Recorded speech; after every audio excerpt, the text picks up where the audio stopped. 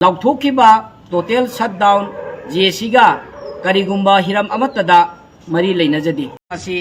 हौखिबा तांग तराग निपानदा विक्टिम फैमिली ओइनाम मंगालगी युमदा मियोय खरना थौदोक असिगी दमाक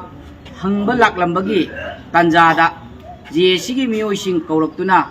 चचरोय अदुबो खंगौदना हौरक्पा मूव अमदा प्रेस नोट सिंह थोकपदा जेसीसु यावबगी मवोंग मानखिबने नुमितुगी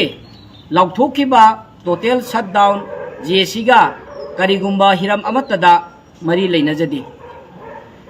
सेंदोक वारोलदसु पंजरंबने हाइदुना लेबाक म्यामदा सेंदोकचरी अदुगा ngarang numidang GSC office ta total shutdown lauthoklamba sing laktuna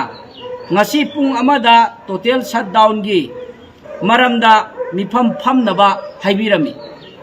adubo haujik pung ahum ga makhai phawba ngaijabada lakpidare maramaduna makhoi ga amuk makha tana aikoi unararoi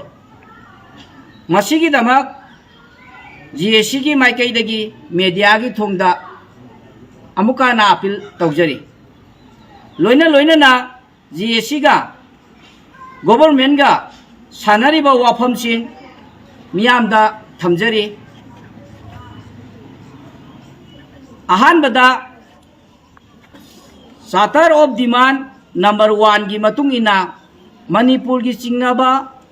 जगह सिंगदा मिलिटरी क्रैकडाउन तौबा अमसुंग तौबा मतमदा क्रैकडाउन तौबगी वीडियो फुटेज फोटोग्राफ लौबा military crackdown असी था अनिगी मनुंगदा मपुंग फाना तौबा अनीसुबदा मणिपुर की खुंगंग सिंगा नकना लेबा सेंट्रल फोर्स चिंग मयादा होंदोकहनखिबा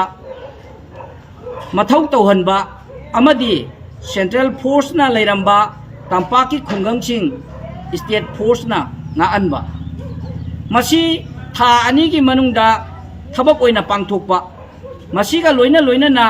पी गेलमोर एरिया दा हप्ता अमगी मनुंगदा स्टेट फोर्स थंबा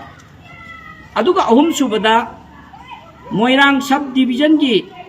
मनुंग चन लेबा चिंगदम लौकोन की जाल जीवन मिशन की वाटर सप्लाई स्कीम नत्रगा मनाक नकपा साफगदबा मफम अमदा सेंट्रल फोर्सिंग थंबा मरी सुबदा थौदोक असिगा मरी लेनना सिरिबा अमदी असोकपा मियोयसिंगी फंगफम थोकपा हकसिंग अथुबदा गवर्नमेंटना पिथोकपा अदुगा मंगा सुबदा थौदोक असिगा मरी लेनना NIA दा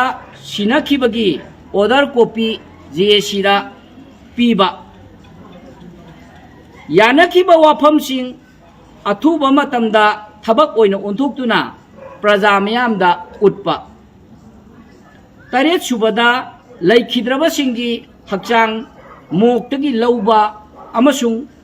मखोइगी मथौ मंगम पांगथोकपा अदुगा निपान सुबा अमसुंग अरोइबदा GSC ना कौरिबा बन ब्लॉकेट मतम खरगी सस्पेंड तौबा हाइरिबा वाफमसिंग असी अखोइना गवर्नमेंट गा अखोइ याननबगी दमक्ता अखोइ सेम सादुना लेबनी अदो हाइरिबा वाफमसिंग असी अखोइ आइबा ओइना गवर्नमेंट ना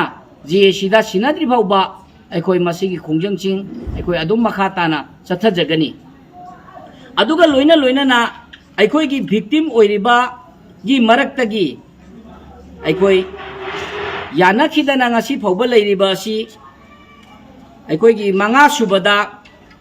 थौदोक असिगा मरी लेनना NIA दा सिनखिबगी ऑर्डर कॉपी GSC दा पीबा हाइबा वाफम अदो विक्टिम फैमिली की मरक्तगी अखोइ गवर्नमेंट ना मतम पीबा ngamdra matam pi naba aikoi karigumba pi ba ngamdaba matam ama pi bi ba अदो हाइरिबा मतमसे पीना पीदबगी अखोई फैमिली दुना अखोई हाइरिबा वाफम सिंग असिदा अखोई यानदबगी फिबम अदो अखोई लैबनी लोइना लोइना ना अखोई की विक्टिम फैमिली ना गवर्नमेंट की साइड ता अकक्नबा मतम ममा चप चाना पीद्री फाउबा अखोई हाइरिबा असीबा हक्चांग सिंग असी लौरोय हाइबा वाफमदा खरा अखोई यानदबा फिबम लैबा अदुना ngasi अखोई की गवर्नमेंट अमदी ये सिगा यानरिबा वाफम सिंग असिदा अखोई पूरा ओइना फाइनल ओइदबगी अखोई मवोंग अदु अखोई लैरगा लाकपनी हाइना लैबाक मियामगी मफमदा जे सिगी साइटगी मीडिया की मतेंग लौरगा सेंदोकचरी।